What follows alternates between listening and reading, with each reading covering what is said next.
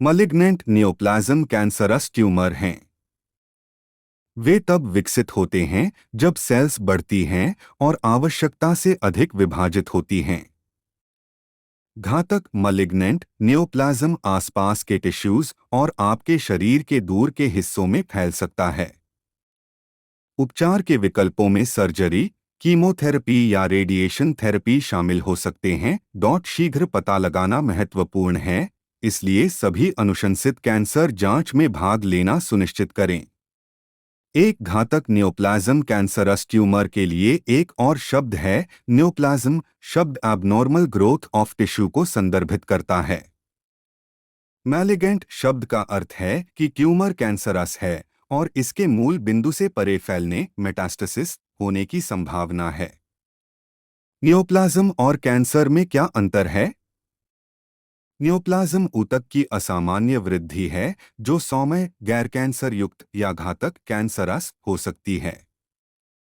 सौम्य tumour गैर cancer युक्त neoplasm आमतौर पर धीरे धीरे बढ़ते हैं और फैलते नहीं हैं।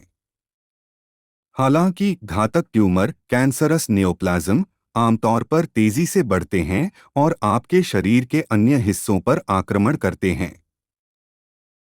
क्या घातक नियोप्लाज्म का मतलब कैंसर है? हाँ, घातक नियोप्लाज्म कैंसरग्रस्त होते हैं, लेकिन सौम्य बनाइन नियोप्लाज्म नॉन कैंसरस होते हैं। मलिग्नेंट नियोप्लाज्म किसे प्रभावित करता है? घातक नियोप्लाज्म अधिकांश की तरह कैंसर का 65 वर्ष से अधिक आयु के लोगों पर प्रभाव पड़ने की सबसे अधिक संभावना है। लेकिन यह बीमारी हर उम्र के लोगों में हो सकती है।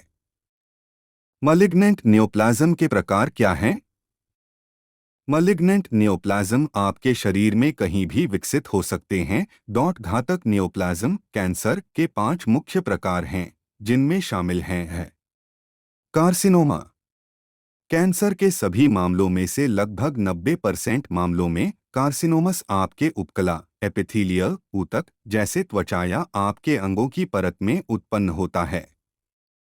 सामान्य कार्सिनोमा में आपकी त्वचा, स्तन, प्रोस्टेट, मूत्राशय, गर्भाशय ग्रीवा, ब्लैडर, एंडोमेट्रियम, आपके गर्भाशय की परत, फेफड़े, बृहदांत्र, कोलन और मलाशय के घातक नियोप्लाज्म शामिल हैं। सार्कोमास इस प्रकार का कैंसर आपके संयोजी ऊतकों कनेक्टिव टिश्यू जैसे आपकी हड्डियों, उपास्थि, कार्टिलेज, मसल्स, टेंडन और फैट में शुरू होता है। कई अन्य प्रकार के कैंसर के विपरीत सार्कोमा युवा वयस्कों में अधिक आम है। सार्कोमा का सबसे आम प्रकार है सॉफ्ट टिश्यू सार्कोमा।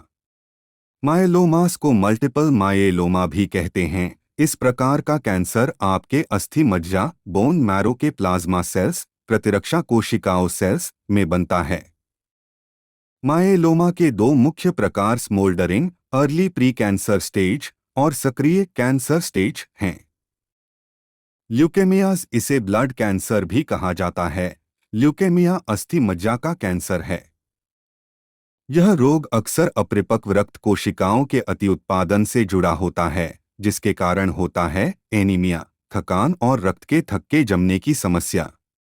इस प्रकार का कैंसर आपकी लसीका तंत्र लिम्फेटिक सिस्टम की ग्रंथियों या नोड्स में विकसित होता है। लिम्फोमा आपके शरीर में कहीं भी हो सकता है, लेकिन वे आमतौर पर आपकी गर्दन, अंडरआर्म या कमर के क्षेत्रों में गांठ के रूप में महसूस होते हैं। कभी कभी घातक नियोप्लाज्म आपके मस्तिष्क में मेटास्टेसिस में फैल सकते हैं।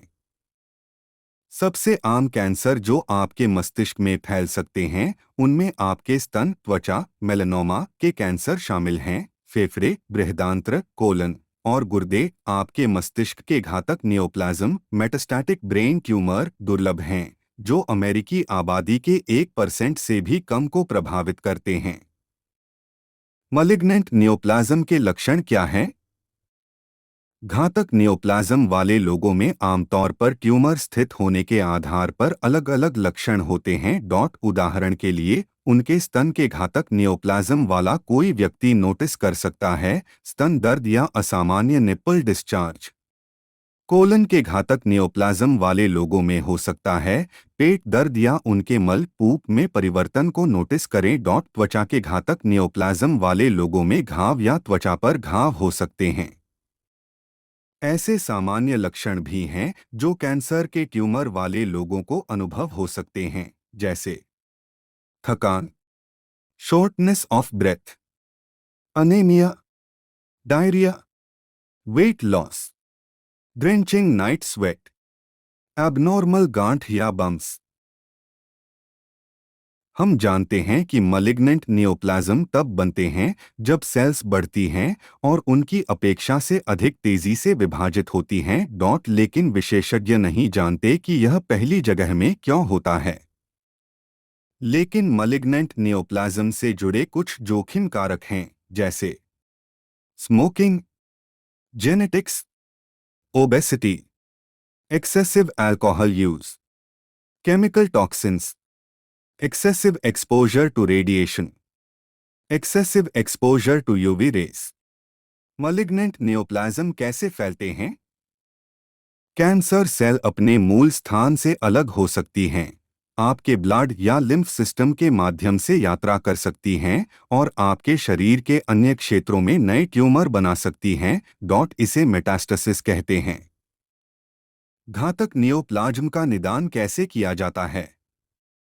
आपके हेल्थ केयर प्रदाता को नियमित परीक्षण करने के बाद कैंसर का संदेह हो सकता है, जैसे कि मैमोग्राम या बृहदांत्रदर्शन, कोलोनोस्कोपी। ज्यादातर मामलों में यह निर्धारित करने के लिए बायोप्सी की आवश्यकता होती है कि ट्यूमर सौम्य नॉन कैंसरस है या घातक कैंसरस है।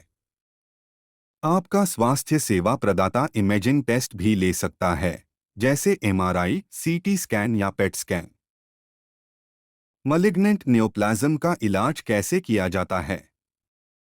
उपचार ट्यूमर के प्रकार और आकार पर निर्भर करता है। यदि मलिग्नेंट नियोप्लाज्म एक क्षेत्र में लोकलाइज्ड है, तो सर्जरी एक विकल्प हो सकता है। यदि कैंसर फैल गया है, तो आपका health care provider chemotherapy, radiation therapy या टारगेटेड ड्रग थेरेपी की सिफारिश करेगा। सर्जरी: यदि ट्यूमर छोटा है और अभी भी एक क्षेत्र में कंटेन्ड है, तो सर्जिकल रिमूवल संभव हो सकता है। आपका सर्जन पूरे मांस को हटा देगा, साथ ही इसके चारों ओर कुछ हेल्थी टिश्यू भी। सर्जरी आमतौर पर एक विकल्प नहीं है यदि कैंसर आपके शरीर के अन्य क्षेत्रों में फैल गया है।